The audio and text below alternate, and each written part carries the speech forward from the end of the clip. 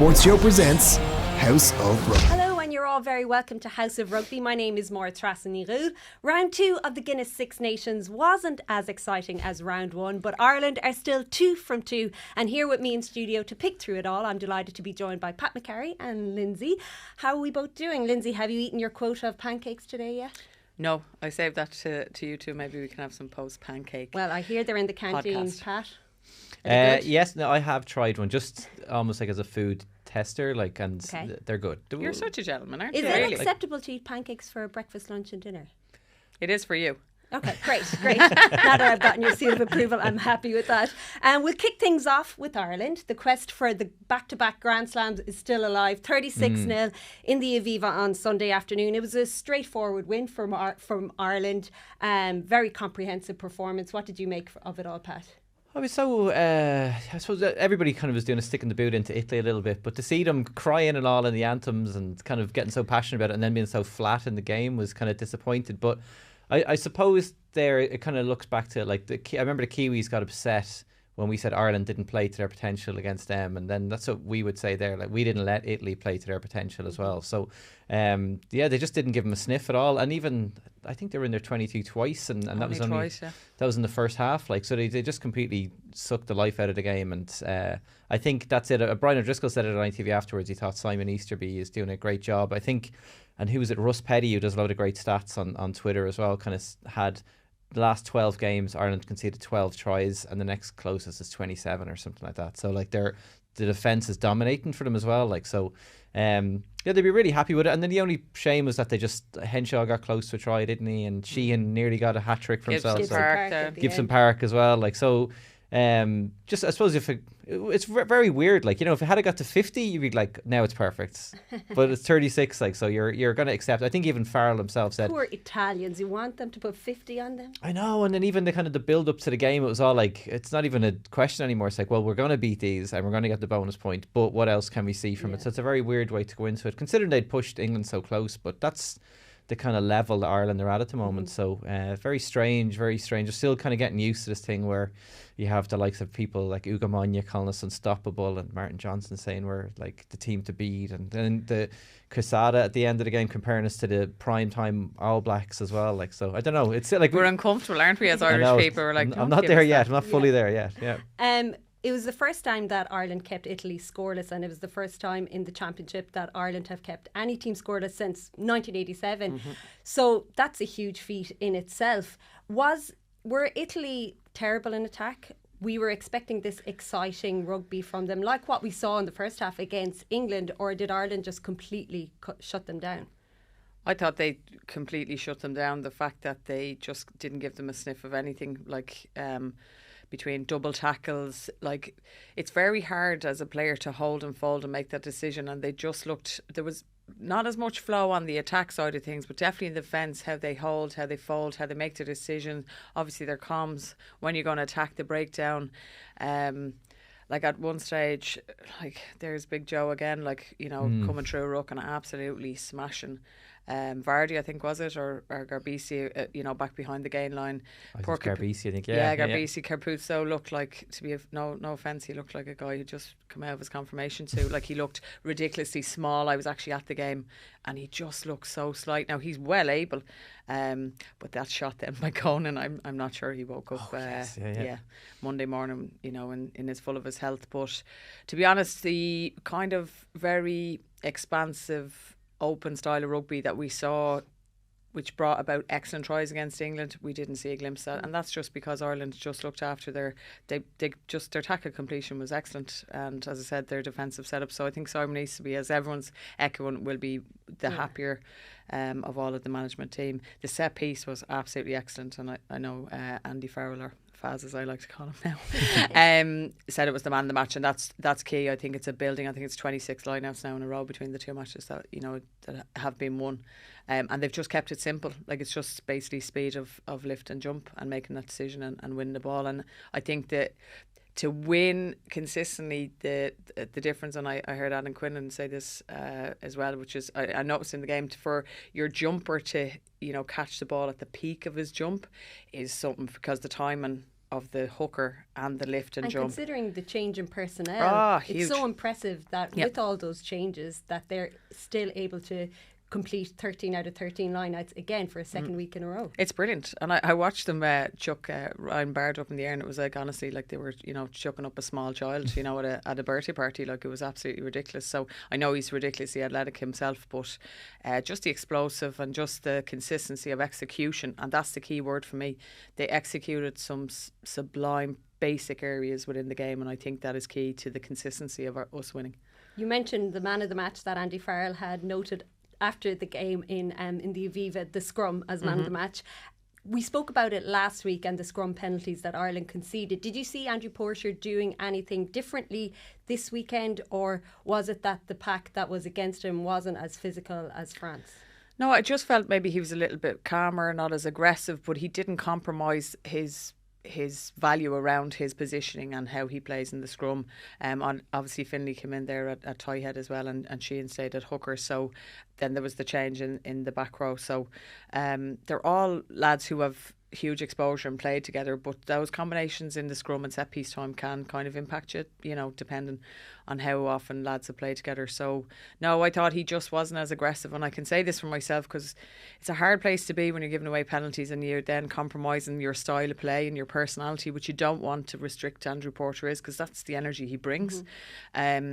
But when you're in the ball books and the bad books and the ball boy in the corner, you kind of have to really compromise and really show a clean, clear picture to the referee and get them on side and make an effort to say, I'm listening to your feedback, I'm taking it on board, and I'm trying to be a better player here for you.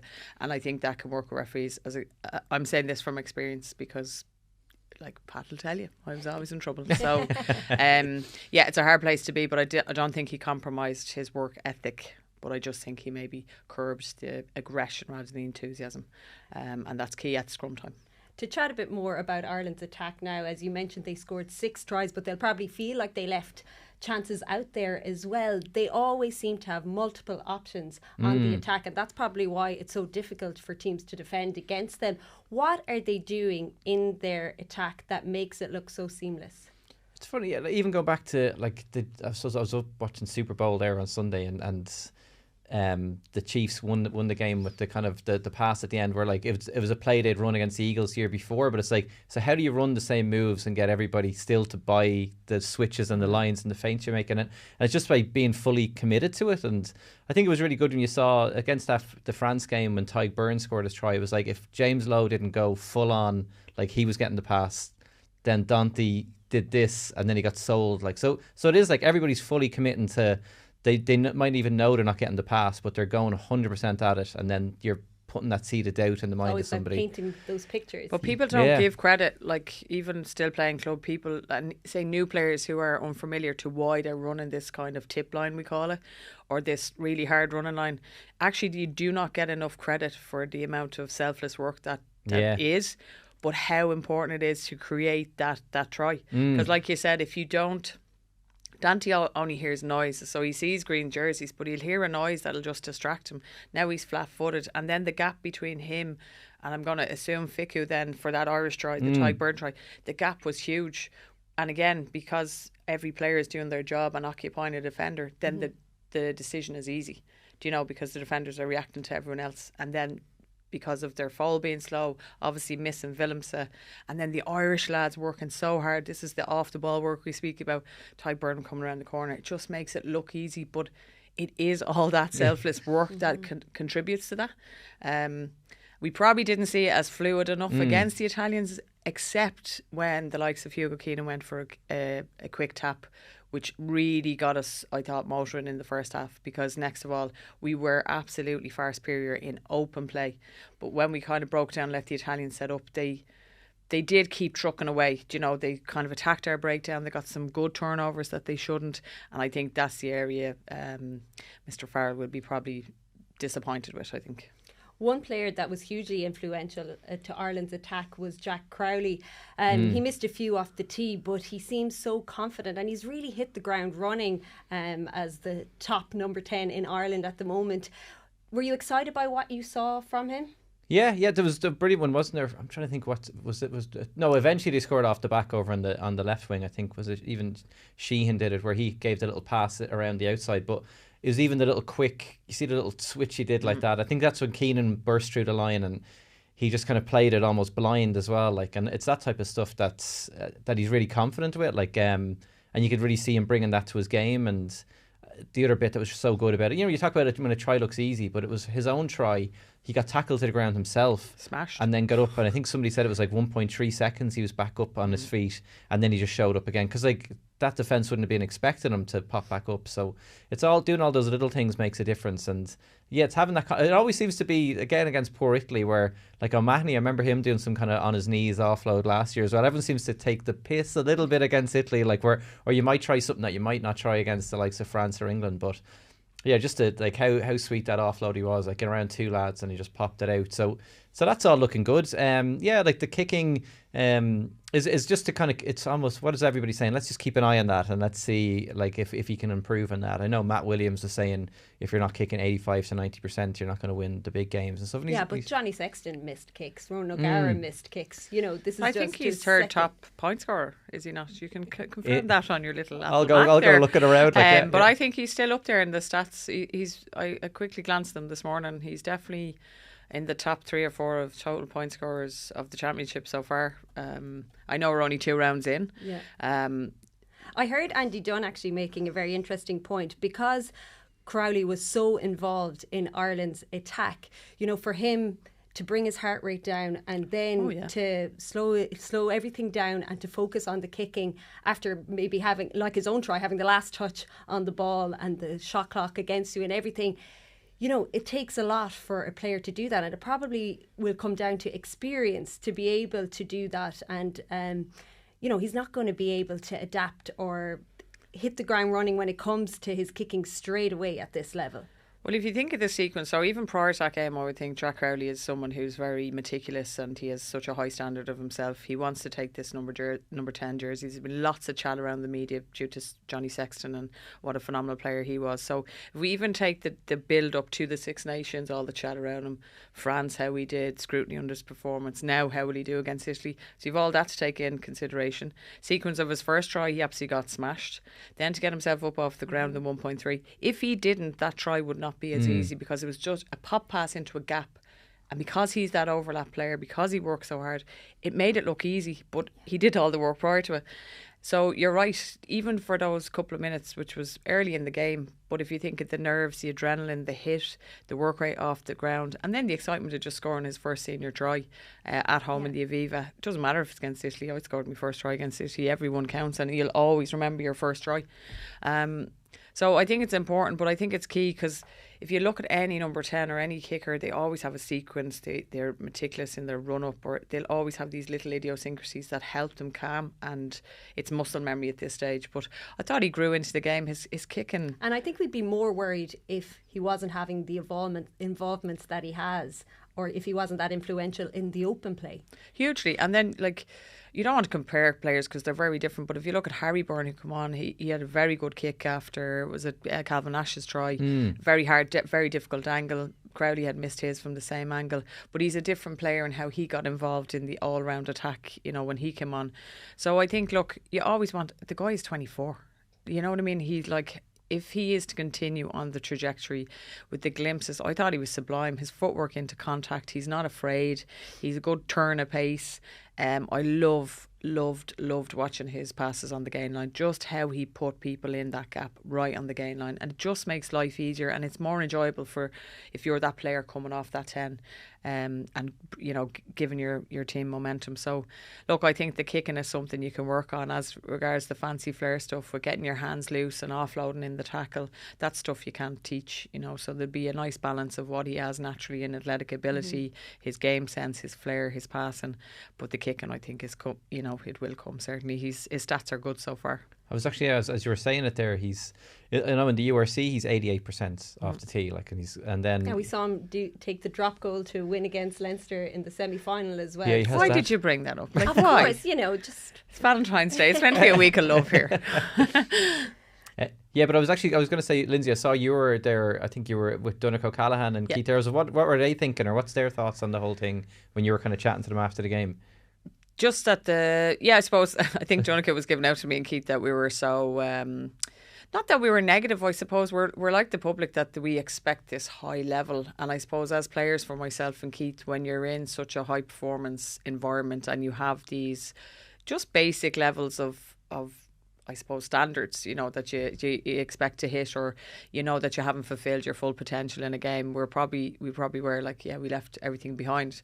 Now, mind you, when I said it'd be 20-point plus win at the start, people who were there in the box were like, and I was like, oh God, maybe that was a bit disrespectful. But it wasn't as fluid as a 36-0 win as you would have thought. Do you know that way? So we probably both thought huge key areas that were absolutely magnificent, and other areas where you probably say, right, we probably need improvement if we're going to go on and win, back-to-back Grand Slams. And I know everyone doesn't want to mention the elephant in the room, but definitely no one's touching us really at the minute, as much as we weren't fluid enough. And Keith said the same. Faz wouldn't be happy. I hope I'm allowed to say that. He wouldn't be happy at some of the areas that we didn't reach full potential in.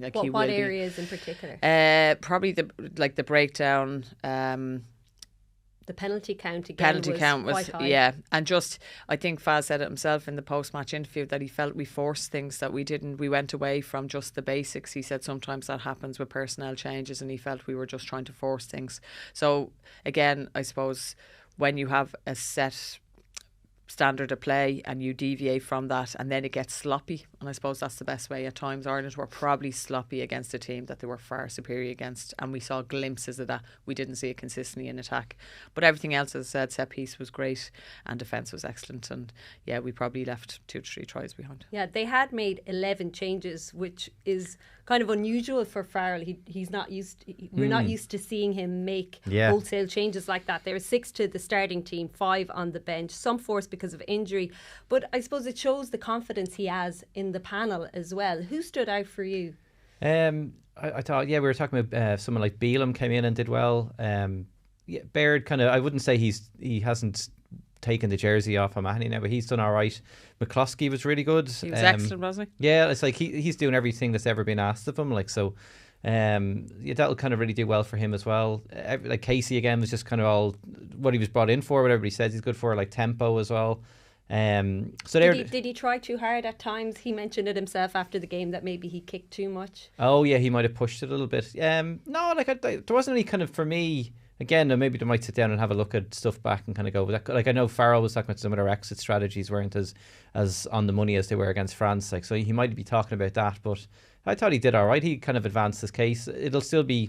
I still think maybe Murray's going to come back in again. But that's the biggest change I've seen Farrell make in a while. Because normally he's always talking about not disrespecting Italy as well. But I think he kind of used this as an opportunity to kind of give guys a run and kind of reward guys who've been in and around the squad as well. So that's what it was interesting. I was saying, I remember coming in and last week and somebody told me that Peter O'Mahony was an injury doubt for the game, and I remember scoffing and saying he wasn't playing this game anyway. But you don't ever kind of come out and say that. So I was saying, but he has a knock. I say Peter O'Mahony always has a knock. I say he's always carrying some kind of injury or ailment or something like that. But I think maybe the idea was to give some of these guys a go anyway, and get McCloskey in there. So he hasn't had much game time though, O'Mahony, either after his injury after post World Cup. Hasn't had a lot of minutes in the URC. So I would agree with you. I think whether it is a knock or whatever, I think it's going to be management of players post World Cup and then a very long championship, and obviously then trying to balance with going back in with their provinces eventually after this. So I would agree with Bird. I think he's athletic. We just haven't seen him shine as much, and to go into a back row area which is absolutely, he's like fighting cats going in for a jersey, I'd say. Do you know what I mean? They're all just scrapping. What did you like about the balance of the back row with Caelan Doris moving to 7 and Baird at 6? Yeah, I'm still not sure of it, to be honest. I see Jack Conan actually stood out, to be fair, right? He was excellent. But then I suppose Caelan still, when you look at his stats, got through an awful lot of work, but he wasn't as obvious, I found, or maybe as impactful as he is from 8. But then Conan was so impactful at 8. So, like, that is a head clock. I'm interested to see how that unfolds, because you could play I'd probably prefer Doris at 6 rather than 7, and maybe put Van der Fleer back at 7. But then, where does O'Mahony go? Where does Conan go if you move Doris? So, would the starting pack against France be your number one pack? I at the think moment? right now, from what we saw against Italy, and I think Keith would have said this, Faz seems to be someone who, if someone's not trained, doesn't matter if you're, and it's Stuart McCluskey said the same, there's no egos here. If you get your opportunity, you come in and you take your chance.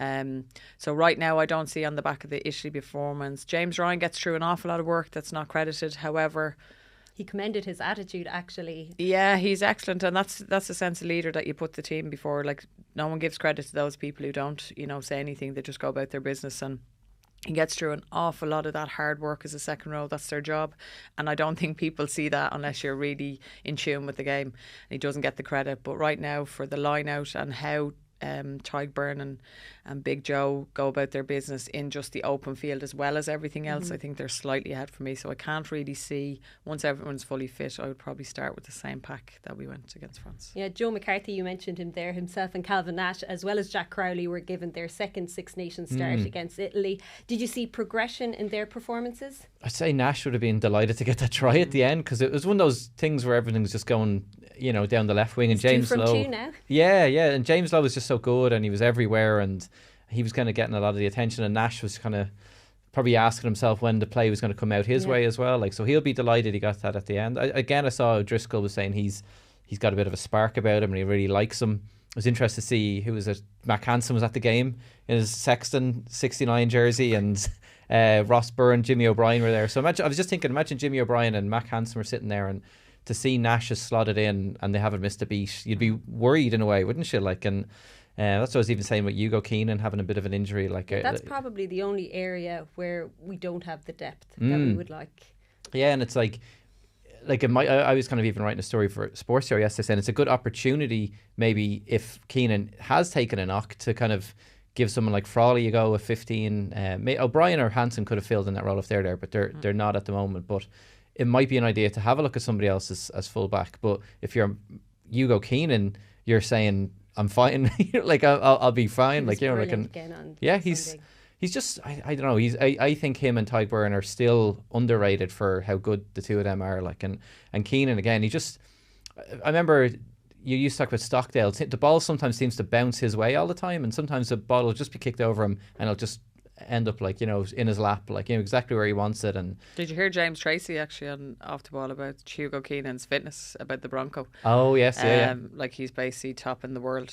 Like, he's higher stats than Bowden Barrett. Yeah. Now I had to remind myself. I was driving, like, I had the earphones in and listening to him. I was like, that, like, I've done a Bronco and your lungs absolutely burn. Like, it is. That's his sevens training as well, and you could see that with him on Sunday. He's such a running threat with the ball. Oh, it is effortless. Like, it is effortless. He's just, like, kind of gone out first. It looks like he's gone down like the canal at Portobello, just like nonchalantly going for a stroll. And yeah, he's probably gone, full tilt. How he manoeuvres, his agility, picks all the right, options. And he really was key to getting us motoring, I thought, against City, because we did start flat.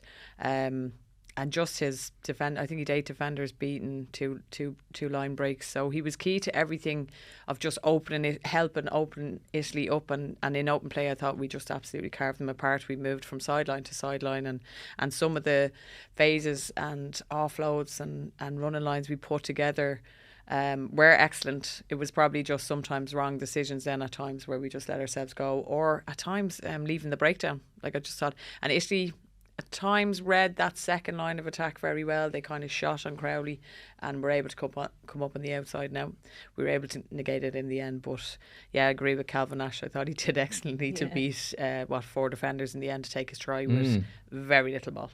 We saw Jack Crowley move to full back. Do you think that could be a viable option, or are we better sticking him at 10 and staying at that specialised position? Personally, now in his infancy, I suppose, as regards senior level rugby and an opportunity to get a consistency of test games at this level, personally I would leave him at 10. I think we've other options for fullback that we could look in. Like Calvin Nash has played with Munster. I know that they were injury riddled, but he has played fullback there. Frawley could come in and play fullback. So I think Jamie Osborne probably has at times. He's only come back in squad. I don't see him being brought in now. I'd say just for training cover at the minute. But yeah, I think we've other options for fullback now. Keenan is world class. Like right now, he is head and shoulders. He's untouchable. But at the same time, I think no more than the 10 jersey, the 15 jersey has to be looked at for depth, because we've depth everywhere else. But they're the two positions right now. Harry Byrne, you mentioned him briefly earlier.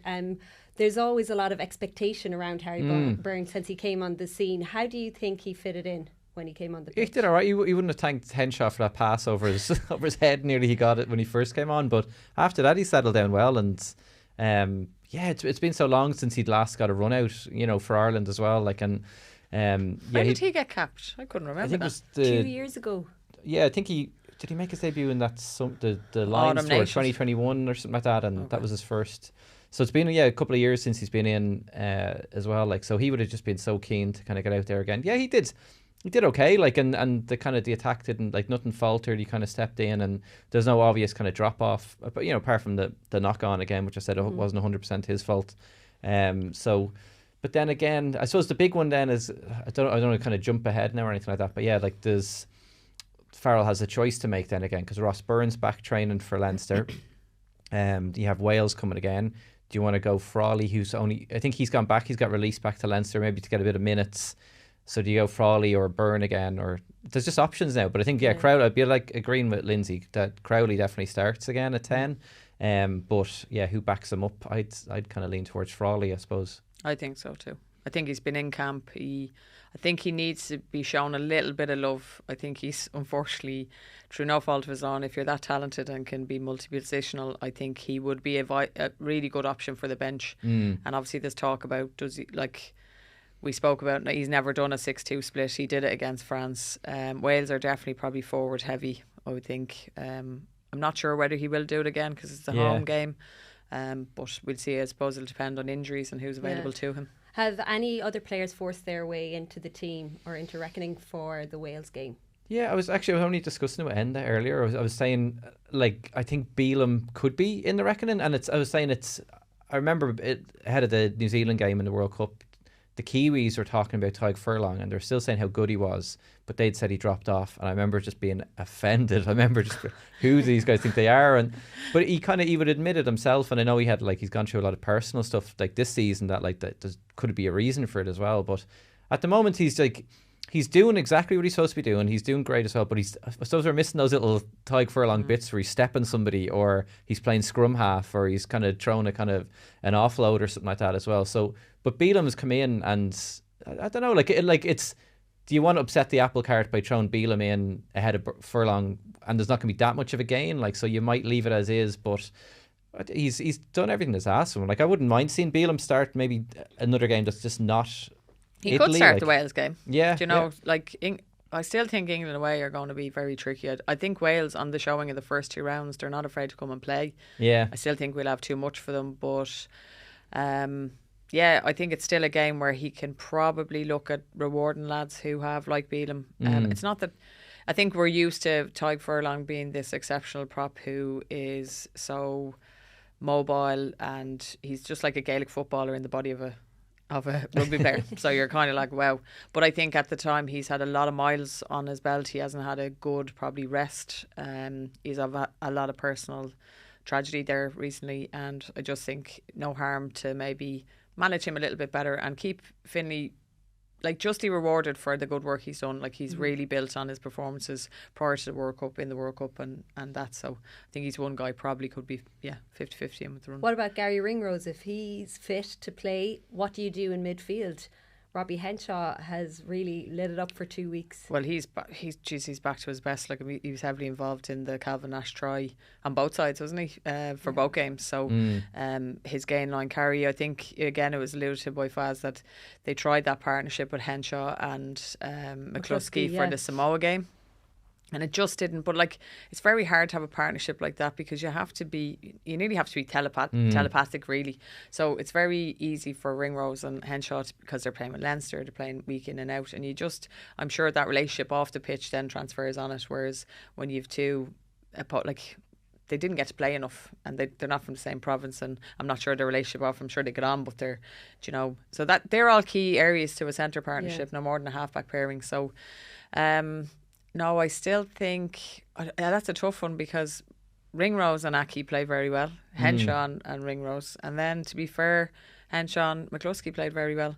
So it'll depend. Again, I think he will probably revert to. Could we throw Henshaw in at fullback? He's done it before. Could actually. I was actually. Look at you. I was looking. I can't take credit. Andy Dunn was the one to mention it the other day. I was looking at the stats on that last night because I was saying you were right there. Yeah, Nash played against Bayonne this year for Munster, but yeah, Henshaw used to do it, of course, for Connacht, but I think it's 2019 since the last time he's played there for Ireland, as well. So he's an option as well. Like, but I think I would bring Ringrose back because that the best for me would be Aki and Ringrose, and then although it's tough because Farrell was talking about Henshaw getting his mojo back, and then tell him keep your mojo on the bench there, keep your mojo on the bench. I'd say I'd go Ringrose if he was fit, but it's very weird to there's going to be a week gap again after this again. So I think it'll all depend on training. I don't think he shies away from whoever's performing. Yeah, he will keep he's a big in. Man so for that, isn't he? If the mojo is up to the top of the roof now in training, and Henshaw's gone as well as he had been, I could see it reverting back. But the way Bundy has been playing pre, during and post World Cup, he's very hard to leave off the team sheet. So I think he's a guarantee. It's who's going to partner him. Be very interesting. Now we'll move on to other results. Scotland's Grand Slam hopes are over after the weekend. They were beaten 2016 by France. They were in a winning position. They'll certainly feel hard done by with that final decision. So we'll start with that. Try or no try, Lindsay? Peat? It was a try. It was. It was. I know it's very difficult, but it's a bit like VAR. With soccer, it's how many times can you go over the video? And I know it's come under Jerry Thornley was on as well, kind of saying you're just paralysis by analysis. It was a great phase, so fair play, Jerry. And it is because you're kind of questioning yourself, and I think sometimes just go with the gut feeling, and you have to. That's the excitement of human error as well. Personally, I saw the arse of the ball going down on the line I initially. Think everyone did. The angle that we saw at home watching the game was that the ball was on the grass. Yeah. And I don't know how it wasn't a try, but look, it's easy for me to sit here and having it. But that's my initial, and I'm Does the sitting ref have to make an on-field decision, or could he have asked the question try or no try? As far as I know, with this now they seem to go by my on-field decision is no try held up. Can you have a look or bring up the clips to give me clear evidence that is not the right decision, and that's where the TMO comes in. To me, it looked clear enough. Because you could see if you waited, there was a boot in the way, and then you could see clearly because of the stripes of the ball, the way the Gilbert ball, the stripes and the white, you could see then just the trajectory of it going down. And the TMO did say, there it is on the ground. Yeah, so he kind of threw himself under the bus. But to sit there and have the weight of this whole decision for such a big match, I can't say how I'd be affected with it. So, but I'm going to stick with it personally. In my decision, unequivocally, a try. But look, it shouldn't have come to that point. And fair play to Gregor Townsend and to Finn Russell after the game. They both said that they were sick with the decision that was made. They know they let this one slip because they were in a winning position. So how did they lose that game? They got, I suppose the big thing was the big sequence of play before half time where they couldn't get that extra try when I think Bai won a kind of big turnover for them, or at the scrum they kind of won a big penalty there as well. So if they had been able to, France were down to 14, if they had been able to then get that extra bit of distance in the scoreboard, I think it was just so close at half time there that they hadn't put them to bed when they were really 100% on top of them, and that was France again. Then discipline for them. Yeah, and then so they didn't kick on, and then somehow in the second half, because I was loving. My sister got on and said that my brother-in-law had gone out to buy shoes, and he'd recorded the game, and I was saying, this is going to be great. I won't spoil it, and I was saying first half's amazing, and then second half I was tell him he can forward through that, because there wasn't much at all, and. Like I've said, sometimes if you find yourself going to your phone and scrolling or something like that, something's gone wrong, and they were just kicking it back and forth, and we're talking about this Dupont Law that everybody's going on about. I don't know, Scotland, because they felt like they were probably doing the right thing, But they should have just taken it. Like they were the superior team, and they should have pushed on and went for that extra score. They opened France up. Yeah, their first try was ridiculous. It was great. Like the wasn't it? offloads, the support lines, the running lines. Like it was absolutely ridiculous. And when you have Finn Russell in your team, you know you have that ability to open any back line up. Yeah, you look at that lad and you're like, this. You like to look at him. You kind of say, no, he's not even a rugby player. I think he's on the wrong pitch, you know, that way. But he's absolutely a magician. Like he is key. I said this before we were it kicked off. He is key to how successful they do. You know, because of. Now you are a 10 and you're central to everything and control the game, but I think he is just something a little bit different.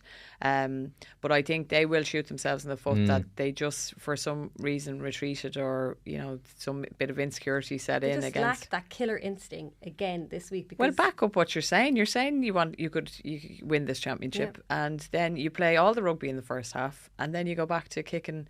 Like I think they kicked over a mile, and France weren't too far behind, and the ball was kicked 84 times in that 40. game. 44 for Scotland and 40 for France. that's not even enjoyable to play. I'm going to say here like to be 6 points up and to play this kick tennis was ridiculous from Scotland. Yeah, but like we can see, like France's discipline would have come in question at times under pressure because they don't like that style of rugby. They like it very open. They like it expansive. They like it with a bit of flair. So Scotland need to manage the game as well, because we saw that in the second half. Then Ramos was able to bring them back in with some kicks and like Scotland actually didn't get punished for their discipline the week before against Wales. I think they had 14 penalties. And Wales only had 4 and they still come out as winners. Like, so you have to look at key areas where can you take it 3 points? What are your decisions when you're in the opposition's 22? But it's certainly grand kick for territory at times if you're under pressure, but not when you're superior in that first half. Build on that, and then if it changes and you have to manage it again, maybe then you bring in kicking, but don't revert to it. It's very. They are going to obviously look at World Rugby to change it, because it really. We've now opened it up. We've huge athletes in the game. How it's evolved into this really exciting product, and now the Dupont rule is just negating that. And as a player, it's so boring. It is so boring to stand there and watch them kicking. And I'd say anyone who's played with me, I roar at them. Why are we kicking? Because it's just terrible. You know, you want to play, and thankfully we didn't revert to that against Italy, and Italy didn't revert to it against us, even though they probably should have kicked a lot more for territory to get in our 22. So explain the Dupont Law again, Pat, and the changes that they're hoping to make with Super Rugby Pacific. Yeah, I'll get the website up here to help me. So they're saying, law 10.7, it says players in front of the kicker can be put onside when the kick receiver has either passed the ball or run 5 metres. So you're seeing then a lot of the time is the kick being made and the receiver, like let's say at the weekend, Finn Russell getting it there or Jalibert getting it, and they would just stand still. And then the players can't advance on them. All the forwards are having a cup of tea in the middle of the pitch. No, well, some forwards are absolutely losing their life, but go ahead, yeah. And then it would get kicked back, and it's the same thing again. Unless you pass the ball or you move forward 5 metres, the guys have to stay static as well. So I think already, as I said, sometimes like rugby will annoy you, but then other times they're quick to change laws, like if they think they're not working as well. And so over in Super Rugby, they're sometimes the quickest to change laws. They'll just change it in the middle of a game if they want. Like they're all about running it, and they're all about having the crack and throwing offloads and stuff. And as you'll see, defence isn't key over there. But so Super Rugby, what they're going to do is they've immediately said that's going to change, like for us. So they said. So players in front of the kicker are only able to be played onside by the kicker or a chasing teammate that started behind the kicker himself. So if the wingers are coming up. So the wingers can go after it then as well. So then that should put a hurry up then on the guy who's catching the ball then as well. So you can have like Ireland used to be very good under Joe Schmidt as well. Like you have your kick chasers then, and so yeah, it'll just be another way. And then that's the beauty of it, is like somebody then will look at that and they'll find a way around that as well. Like, but at least Super Rugby is Pacific is changing it, and then like I don't think it's going to change now during the Six Nations. So they'd hardly implement it mid-tournament, would they?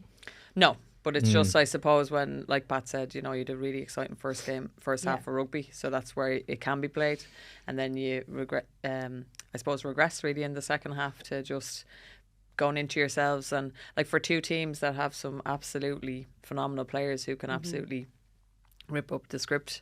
They kind of played within themselves. So I was going to say, sorry there, maybe it's up to the fans, us as fans, to really heckle and boo when this is going on during the game. They were booing during that game though. I can see the three of us with placards.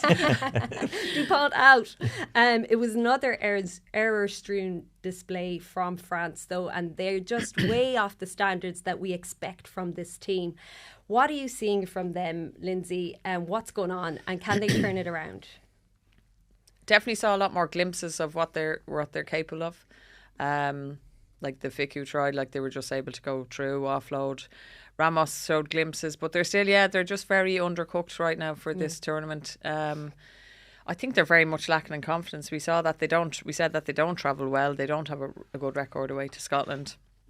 I'm hoping of all the teams that will kind of really relish this weekend break will be France, that they can kind of really, really hit the reset button, take some time away from camp, take some time away from each other, and kind of wipe the slate clean. I still think, for me, that kind of maybe lack of, not cohesion, I think maybe confidence is really, like Dupont is playing a really big part in that. You don't ever put that responsibility on one player's shoulders, but I the think best player in the world. He's ridiculous. As I said, like last week, he's played like his last game at 15, so he's playing for Toulouse and some at 10. At 10. And just to again be able to pull the strings and put players in, and his turn of pace, his tackle up, tackle again. Like some of the things he do, he's just not right to do it as a 9. They're not meant to do it. You're kind of like, here, listen, sweetheart, you're making other 9s look, mediocre. You're actually making other players look mediocre, and I just think he's a player I look at and you just love to play with him. So I just think they're probably lacking that bit of direction when he's not there. And I think a lot of players, the likes of Ramos as well, even one of his tries in the RC against Ulster, I think he just kicked over the top, and Ramos knew exactly. So again, it's nearly like this telepathic relationship, and that's very hard to build. It takes an awful lot of time, and I think he's just unfortunately one big key ingredient that's having a big impact on them. Well, finally on to England and Wales. England are 2 from 2, but they didn't exactly light it up against Wales at the weekend, Pat, in Twickenham. They were 9 points down at half-time and fought back to win the game 16-14. What do you make of England at the moment? Yeah, Borthwick will be happy with that, because he was just kind of saying, he was very much along the lines of like, we have to kind of improve now. Like, next year we can't be kind of finishing where we have for the last 2 Six Nations as well. So big celebrations from them at the end. They'll be kind of almost like Wales used to be under Gatland. That's like, let's win ugly. Let's do whatever we can just to try and build on top of that.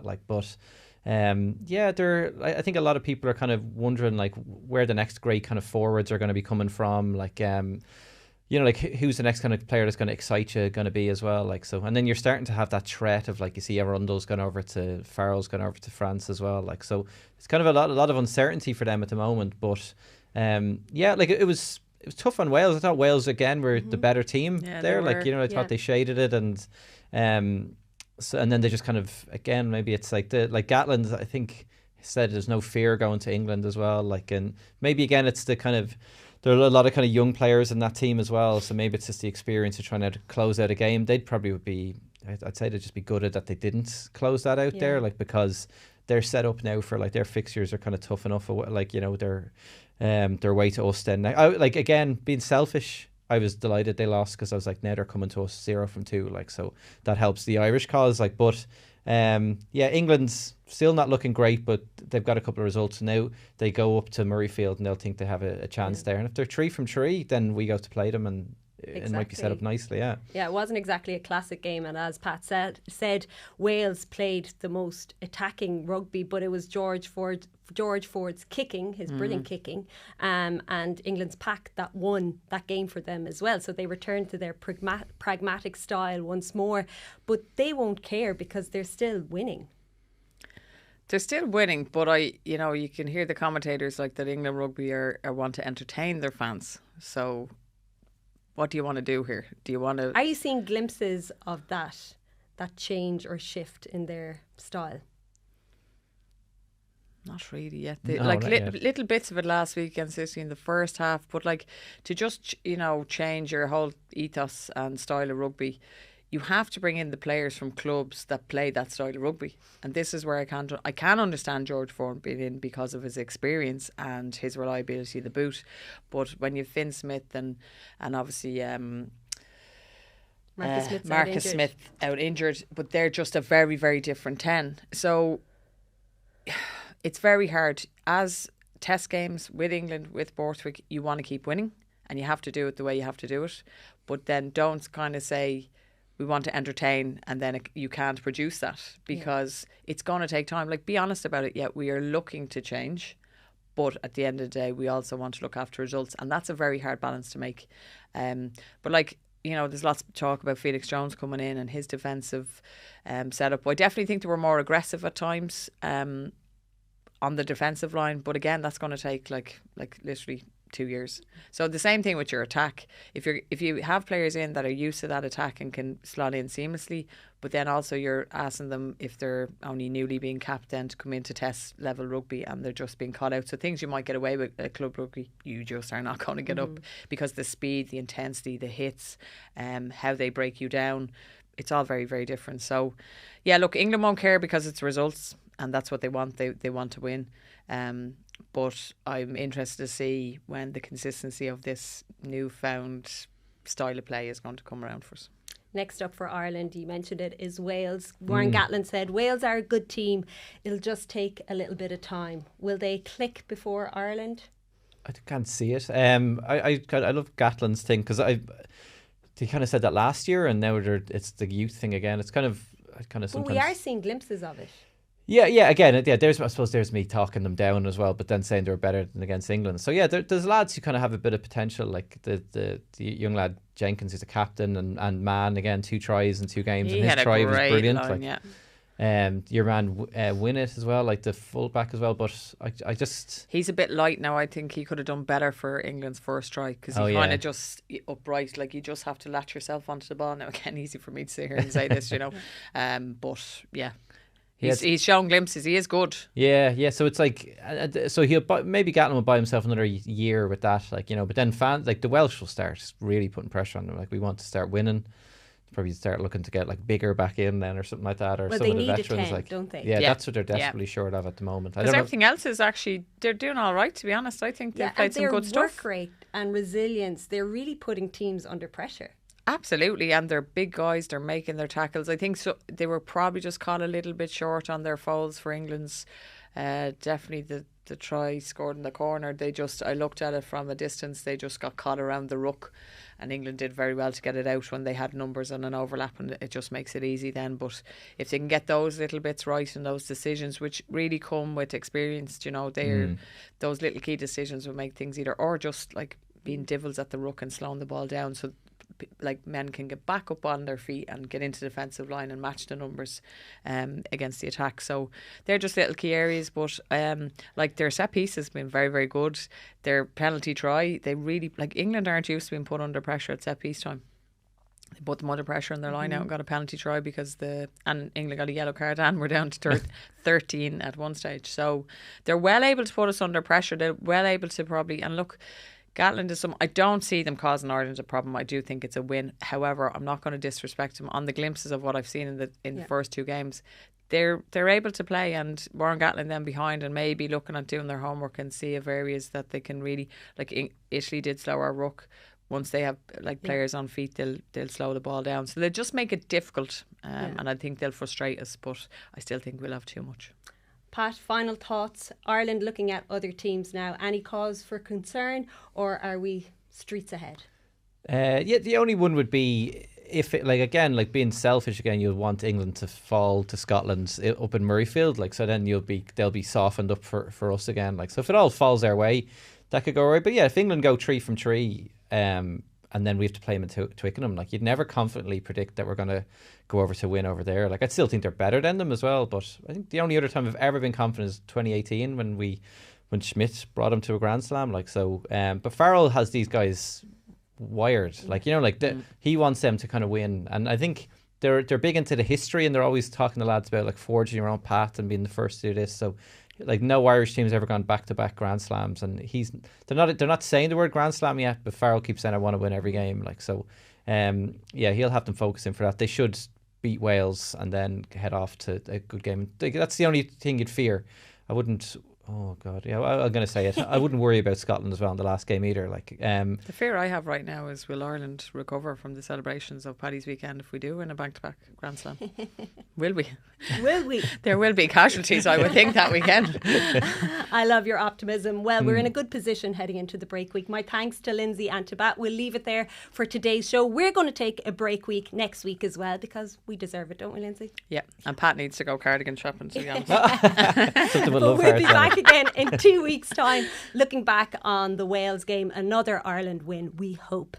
But in case you didn't know, Joe.ie have a new podcast. It started last week. It's called You Must Be Joking. It's a comedy podcast with the hilarious Willa White and our very own Eric Lawler. It started last week and it's already #1 in the podcast charts here in Ireland. Last week's episode featured Des Bishop, so you can listen to that one now. And this week's episode, dropping this Thursday, is with funny man PJ Gallagher. So be sure to subscribe to the podcast on your podcast app and make sure to catch every episode every week. We'll be back in 2 weeks' time. Until then, from myself, Pat and Lindsay, Slán go fóill.